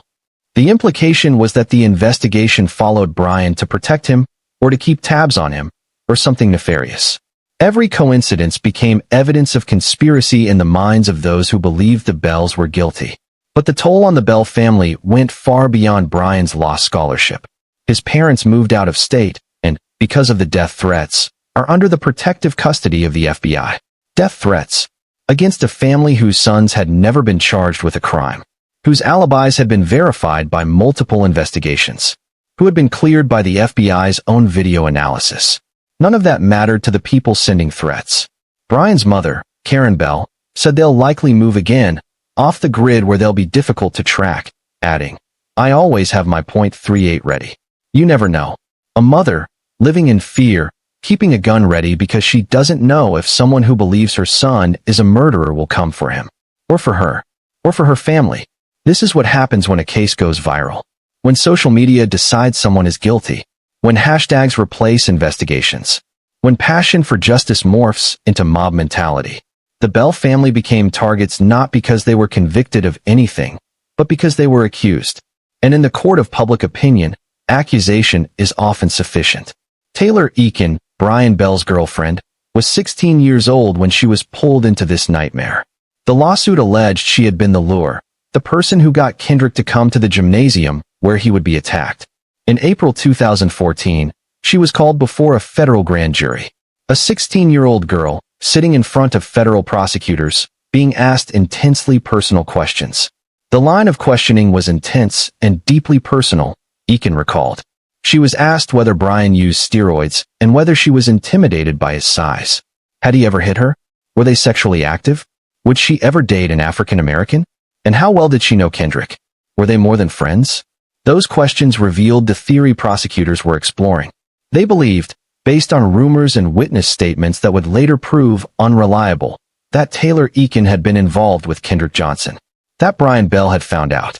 That jealousy and rage had motivated murder. It was a theory that fit a narrative. Teenage jealousy, sexual rivalry, violence erupting from wounded pride. According to Eakin, she didn't start dating Brian Bell until 3 months after Johnson's death. She wasn't even his girlfriend when Kendrick died. The entire theory was built on faulty information. But she still had to sit in that room and answer those questions.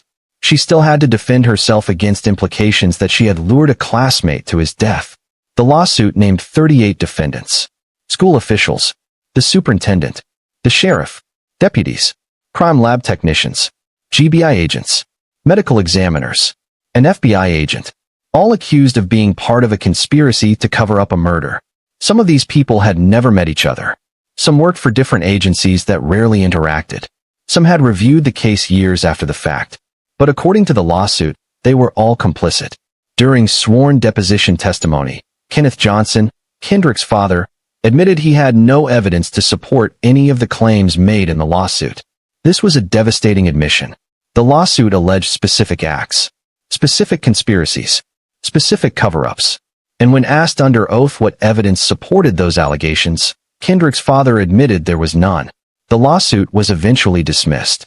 And in August 2017, a judge ordered the Johnsons to pay nearly $300,000 in lawyers' fees. The dozens of people who had been accused, who had hired attorneys to defend themselves, who had spent years under the cloud of these allegations, were entitled to recoup their legal costs. The Johnsons, who had filed the suit, were responsible for paying them. But even that didn't end it. The Johnsons filed another lawsuit making the same claims. And then another. Each time, the legal system eventually dismissed the suits for lack of evidence. But each time, the process dragged on for months or years. Each time, the accused had to defend themselves again. Each time, the accusations were repeated in court documents that became public record, that reporters wrote about, that activists shared on social media.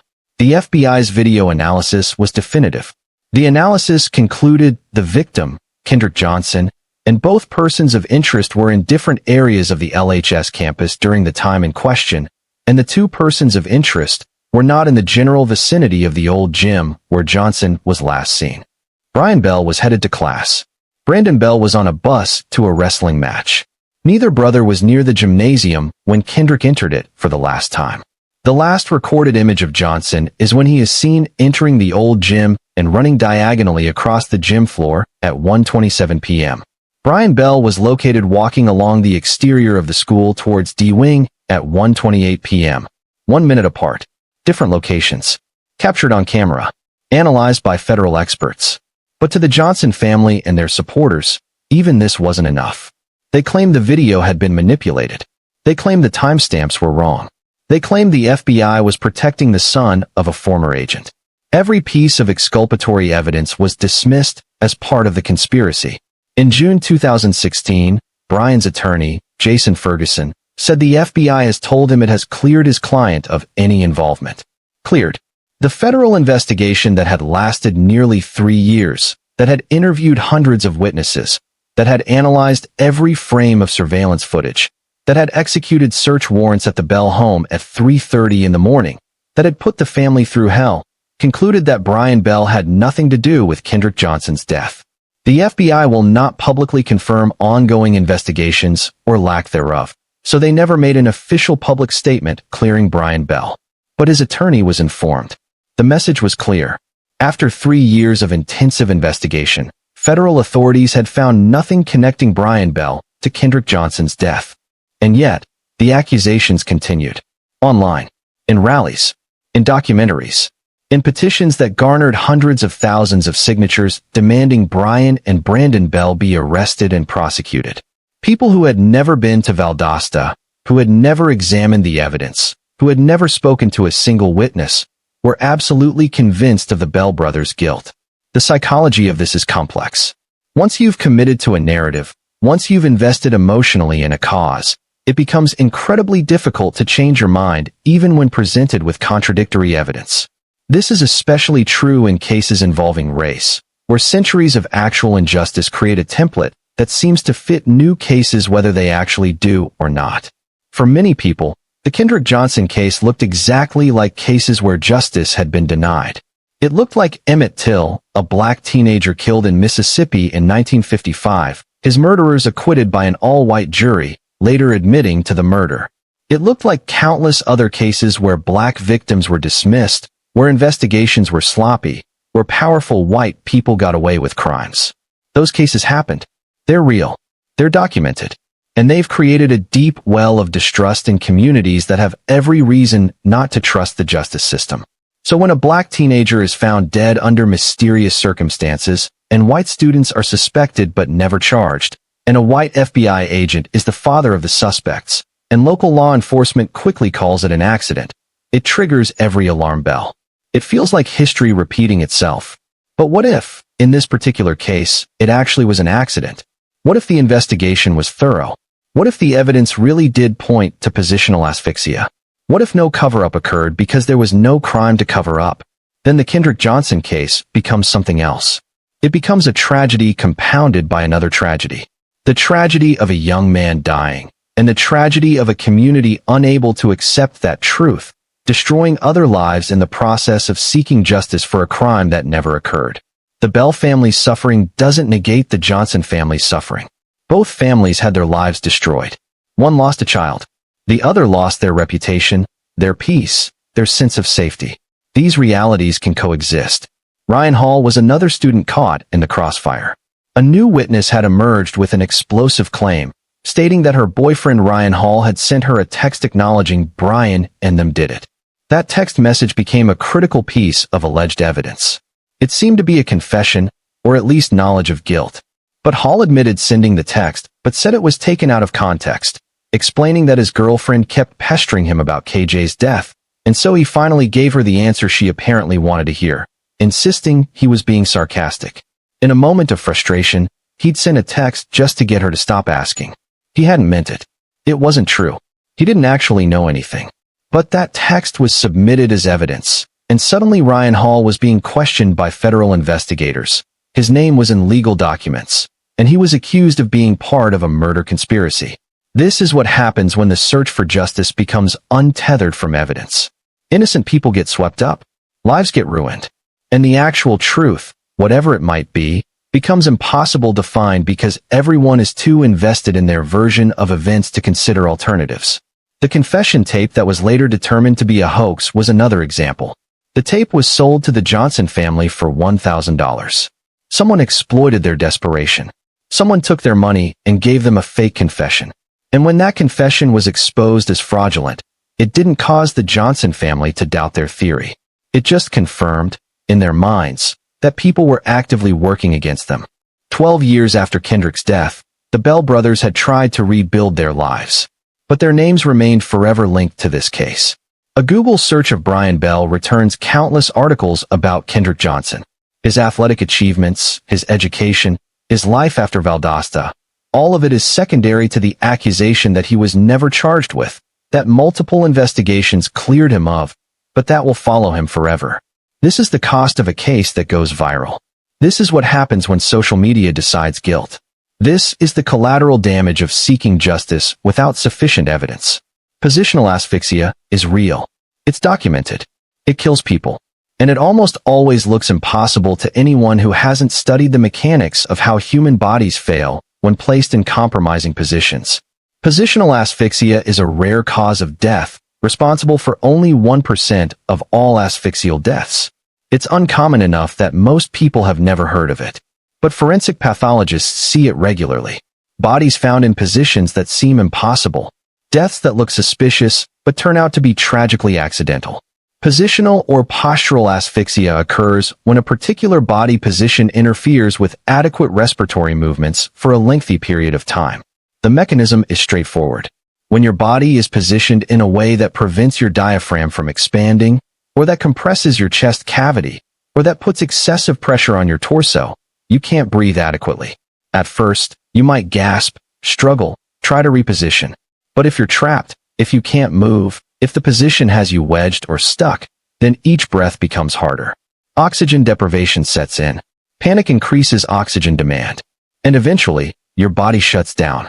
Death is usually accidental and associated with alcohol or drug intoxication, disability, or restraint. This is key. Most people who die from positional asphyxia have some factor that prevents them from recognizing danger or extracting themselves. They're intoxicated. They're disabled. They're restrained. They're unconscious. Something compromises their ability to save themselves. Kendrick Johnson had none of those factors. He wasn't intoxicated.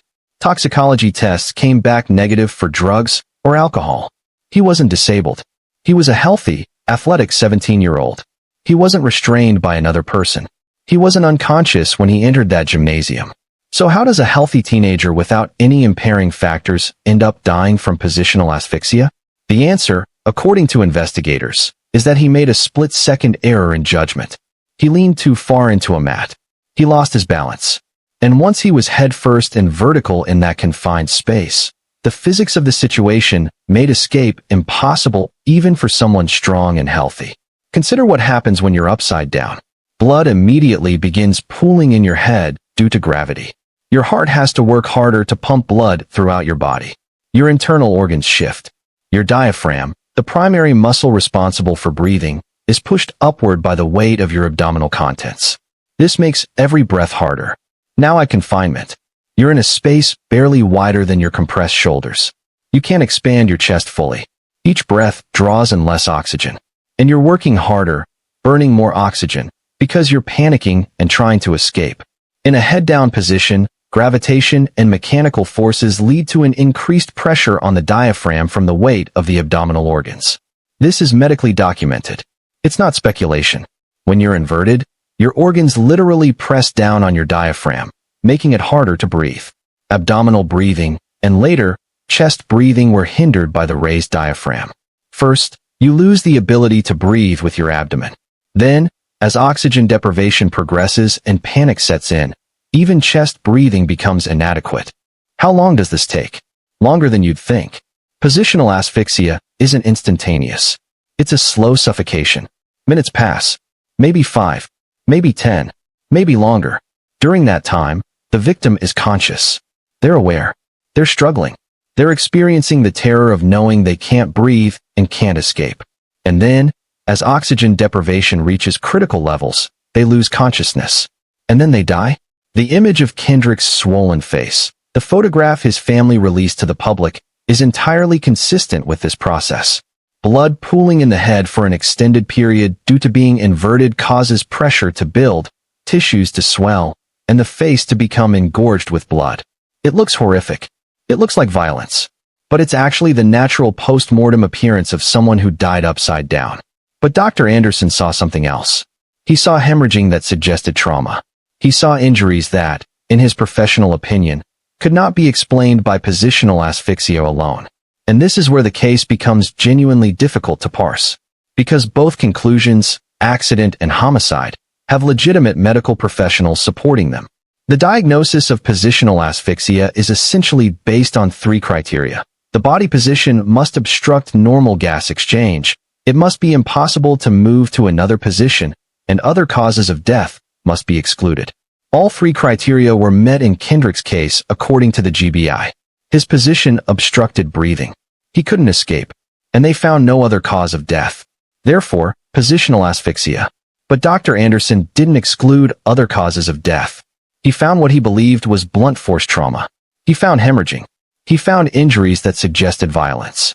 And if those injuries existed, if they were real and not artifacts of decomposition, then the 3rd criterion wasn't met. Other causes of death hadn't been excluded. They'd been overlooked.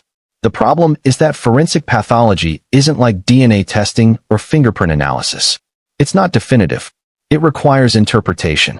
And interpretation can vary based on the pathologist's experience, training, and the condition of the body when examined. The GBI pathologist examined Kendrick shortly after death. The body was fresh. Injuries, if they existed, would have been clearly visible. Dr. Anderson examined the body 5 months later and again 5 years later. Both times after burial. Both times after significant decomposition. Could he see things the GBI missed? Possibly. Could he be seeing artifacts of decomposition and time that look like injuries but aren't? Also possibly. This ambiguity is what makes the case so frustrating for everyone involved. There's no smoking gun. No definitive proof either way. Just competing interpretations of the same body. Similar cases have occurred elsewhere. A 37-year-old man was found dead in the morning in a knee-chest position after drinking, with a blood alcohol level of 290 milligrams per 100 milliliters. Marked congestion of the face. Petechial hemorrhages on the eyes. Apart from the alcohol, autopsy findings were unremarkable. No injuries. No pathological findings to account for death. The medical examiner certified it as positional asphyxia secondary to alcohol intoxication. The man had passed out in a position that compromised his breathing, and he suffocated. In another case, a 51-year-old man died while operating a tractor with a trailer, crouching under the trailer where his clothes got pulled in by the rotating shaft, immobilizing him. The body was found in a semi-kneeling position beneath the trailer with arms extended to the sides. Cause of death, positional asphyxia. He was trapped in a position that prevented adequate breathing, and he died. These cases share commonalities with Kendrick's death. Unusual body positions. No obvious trauma. Death from being unable to breathe while trapped. But they also have differences. The victims were older. They were intoxicated or trapped by machinery. They had clear explanations for why they couldn't extract themselves. Kendrick was 17. Sober. Athletic. And the explanation for how he ended up trapped requires believing he made an incredibly poor decision that cost him his life. This is where reasonable people can disagree. Some look at the evidence and see a freak accident. A teenager doing something risky that students had apparently done before without consequence. A tragic miscalculation. Others look at the same evidence and see impossibility. They can't imagine how a healthy teenager would willingly put himself in that position. They can't imagine how he'd become so thoroughly trapped. They can't imagine the official explanation being true. And both perspectives are rooted in legitimate concerns. It does seem improbable that Kendrick would dive headfirst into a 14-inch opening. It does seem strange that he'd become so thoroughly wedged that extraction required cutting the mat. It does seem suspicious that his shoulders were wider than the opening. All of these details raise questions. But improbable isn't impossible. Strange isn't suspicious. And physics can produce outcomes that seem impossible until you understand the mechanics involved. The 14-inch opening was at the top of the mat. If Kendrick was reaching down into the mat, he'd be starting from above. His arms would go in first. His head would follow. His shoulders, the widest part, would compress as they entered the opening. Human shoulders are flexible. They can compress significantly when you're motivated to reach something. Athletes squeeze through tight spaces regularly. The shoulder joints allow rotation inward. Once inside, extraction becomes the problem. If you're upside down, vertical, with your arms extended above your head toward whatever you're reaching for, you have no leverage. Your arms can't push against anything to lift your body. Your legs are above you, dangling, unable to provide useful force. And if you're wedged even slightly, if the mat is gripping your clothing or your sides, then the friction combined with your body weight creates a trap. Consider a simple experiment. Stand next to a wall. Raise your arms above your head. Now try to lift your body using only your arms while your feet are off the ground and you're upside down. You can't. The biomechanics don't work. You need leverage that the position doesn't provide. This is why positional asphyxia is so deadly. Once you're in the wrong position, once you're trapped, extraction often requires external help. You can't save yourself no matter how strong or healthy you are. The physics work against you. But the Johnson family looked at their son and couldn't accept that explanation. Kendrick was smart. He was careful. He wouldn't have put himself in danger. And even if he had, he was strong enough, athletic enough, determined enough that he would have gotten himself out. The explanation required believing their son made a fatal error in judgment, and they couldn't accept that. This is the terrible paradox at the heart of the case. For the Johnson family to accept the official explanation, they'd have to accept that their son's death was meaningless. An accident. A preventable tragedy caused by his own actions. There would be no justice because there was no crime. No one to hold accountable because no one was responsible except, in some cosmic sense, Kendrick himself for making a poor choice. But if they could prove murder, then his death had meaning. It was an injustice that could be addressed. There were guilty parties who could be held accountable. Justice could be served. His death would stand for something. This is why they fought so hard. This is why they kept filing lawsuits even after losing. This is why they exhumed his body 3 times.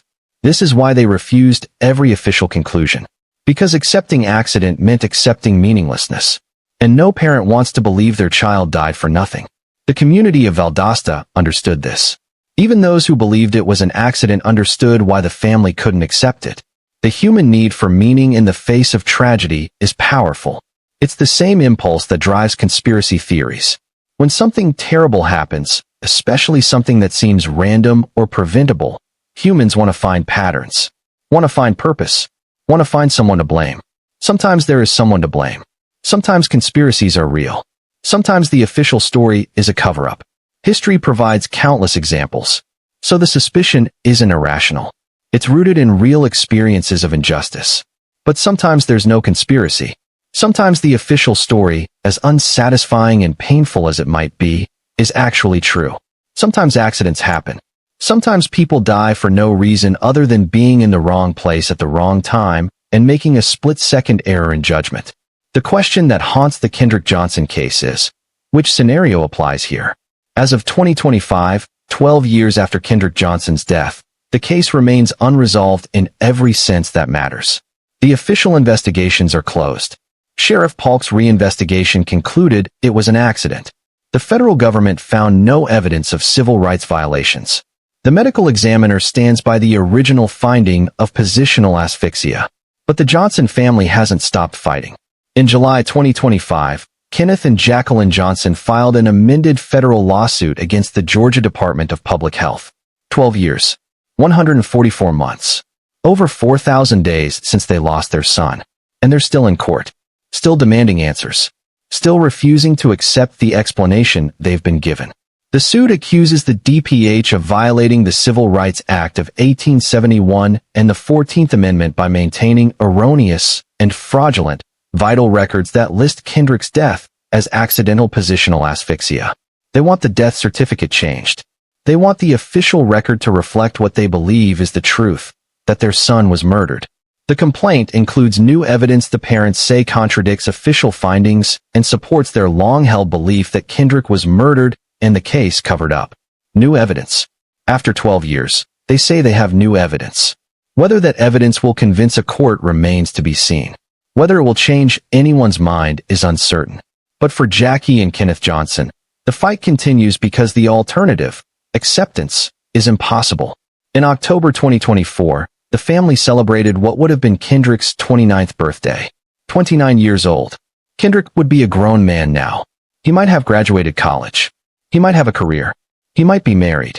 He might have children of his own. Instead, his parents celebrated a birthday for a son who never aged past 17. A son frozen in time. A son whose image in photos remains eternally young while his parents grow older, grayer, more tired.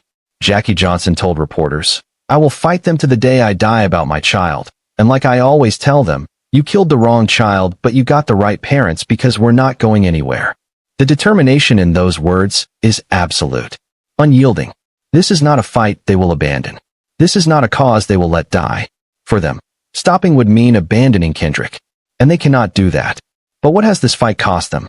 Beyond the financial burden, the nearly $300,000 they owe in legal fees from the dismissed lawsuit, the costs of 3 autopsies, the travel expenses to rallies and press conferences.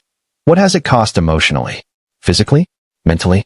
Jonathan Burrs, the Johnson family spokesperson, described Jackie showing signs of post-traumatic stress, unable to eat, losing weight. This is what fighting for justice looks like when justice remains elusive. Not the triumphant vindication of television dramas, but the slow erosion of 2 people who have channeled their grief into a battle that has consumed more than a decade of their lives. Kenneth Johnson said in a recent interview, "Make someone do the right thing. And look at the evidence, because the evidence in this case is not hard. All the evidence is right there." To him, the truth is obvious. The evidence is clear. The only mystery is why authorities refuse to acknowledge it. But to investigators who have examined that same evidence, the conclusion is equally obvious in the opposite direction. Same evidence, different interpretations, and no way to bridge the gap. The legal battles continue to wind through the courts. In February 2025, the U.S. Court of Appeals for the 11th Circuit ruled that the district court judge's dismissal of the family's lawsuit should be reconsidered. The lawsuit had been thrown out because the Johnsons sued the wrong entities. They sued the sheriff's office when they should have sued the county. They sued the crime lab when they should have sued the city. Technical errors that got the case dismissed. But the appeals court said those errors could be fixed. The case could proceed if they file an amended complaint with the proper defendants named. So the fight continues. More court dates. More legal briefs. More motions and counter-motions. More years added to the timeline of a case that refuses to end. Valdosta watches all of this with complicated feelings. Some residents support the Johnson family completely. They attend rallies. They donate to the foundation. They share social media posts demanding justice. Others believe the family needs to accept the truth and let the community heal. They're tired of Valdosta being known for this tragedy. Tired of the divisions. Tired of the accusations. Tired of the whole thing. And then there are those in the middle. People who genuinely don't know what to believe. Who see compelling arguments on both sides. Who acknowledge the evidence is contradictory. Who wish they had definitive answers, but accept that they might never get them. The Bell family has tried to move on. Brian Bell played college football at Akron, though the career he might have had at Florida State was lost to accusations he was never charged with. His parents moved out of state, and, because of death threats, are under the protective custody of the FBI. A family living in hiding because of a crime they insist they didn't commit. Because their son was accused in a lawsuit that was eventually dismissed for lack of evidence. Because the court of public opinion doesn't require proof. Karen Bell, Brian's mother, said they'll likely move again, off the grid where they'll be difficult to track, adding, "I always have my .38 ready. You never know." A mother sleeping with a gun nearby because she fears vigilantes. This is the other side of the Kendrick Johnson story. The collateral damage of a case that went viral. The destruction of lives in the pursuit of justice that may or may not exist. Taylor Eakin, the girlfriend accused of being a lure, has tried to rebuild her life away from the spotlight. Ryan Hall, who sent a sarcastic text that was taken as evidence, has tried to move on. The dozens of other defendants named in the $100 million lawsuit, school officials, investigators, medical examiners, crime lab technicians, have tried to repair their reputations after being publicly accused of conspiracy. Everyone involved in this case has paid a price. And for what? If Kendrick was murdered and the guilty parties covered it up, then justice has been denied and the Johnsons' fight is righteous and necessary. But if Kendrick died in a tragic accident, then 12 years of accusations, lawsuits, investigations, and conflict have destroyed multiple families and divided a community for nothing. The question that started all of this remains unanswered. What happened to Kendrick Johnson on January 10, 2013?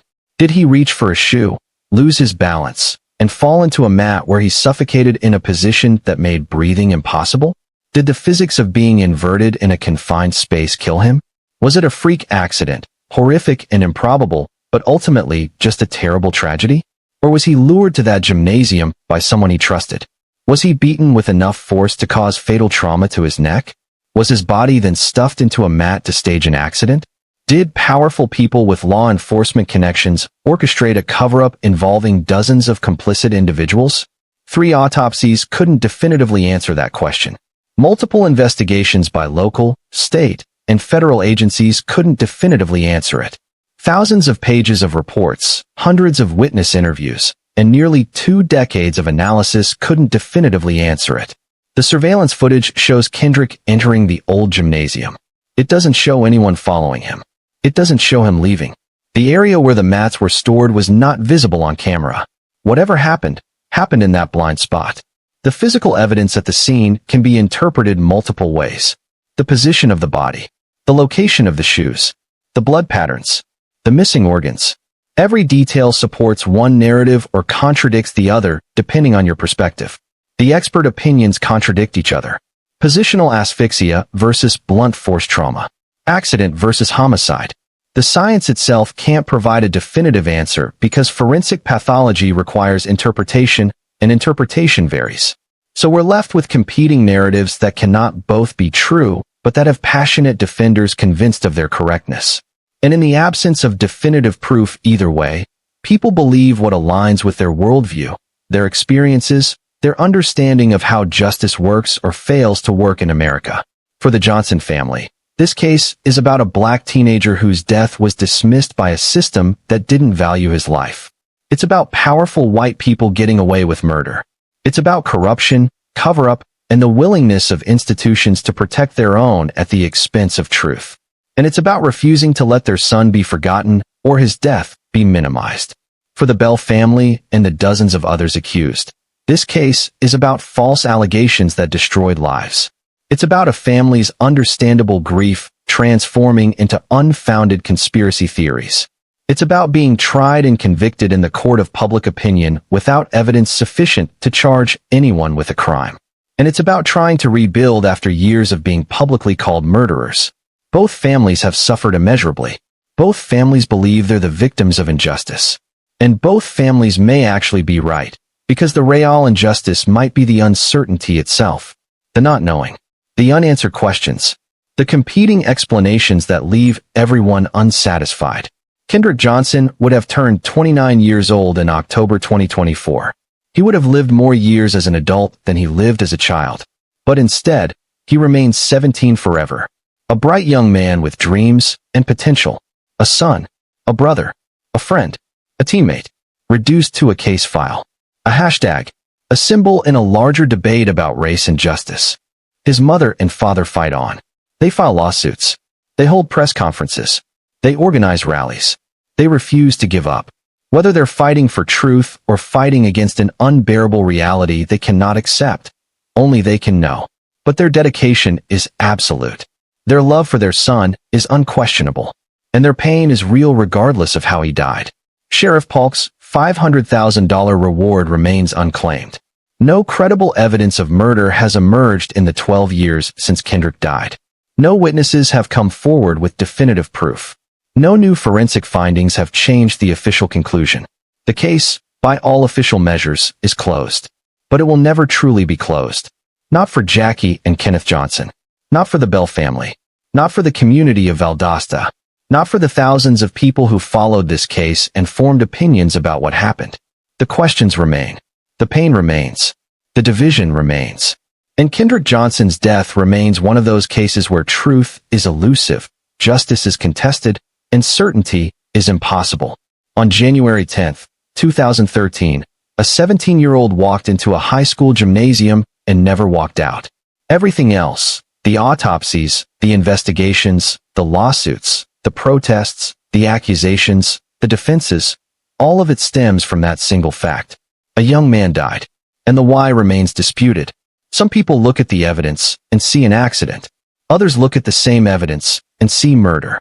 And after 12 years, after all the investigations and all the fighting, we still don't have a definitive answer that satisfies everyone. Maybe we never will. If you've watched this far, drop a comment and let us know what you think. Do you believe Kendrick Johnson's death was a tragic accident, or do you think something more sinister happened that day in the gymnasium? The conversation continues, and we want to hear your perspective. If you found this deep dive into the Kendrick Johnson case compelling, make sure to like this video, subscribe to the channel, and hit that notification bell so you don't miss future investigations into cases that challenge everything we think we know about truth and justice. And if there's another case you'd like us to cover, leave it in the comments below. Until next time, remember that behind every case file, every headline, every controversy, there are real people whose lives were forever changed. Real families still searching for answers. Real communities still grappling with questions that refuse to go away. The truth matters. Justice matters. And sometimes, the hardest truth to accept is that we may never know what really happened.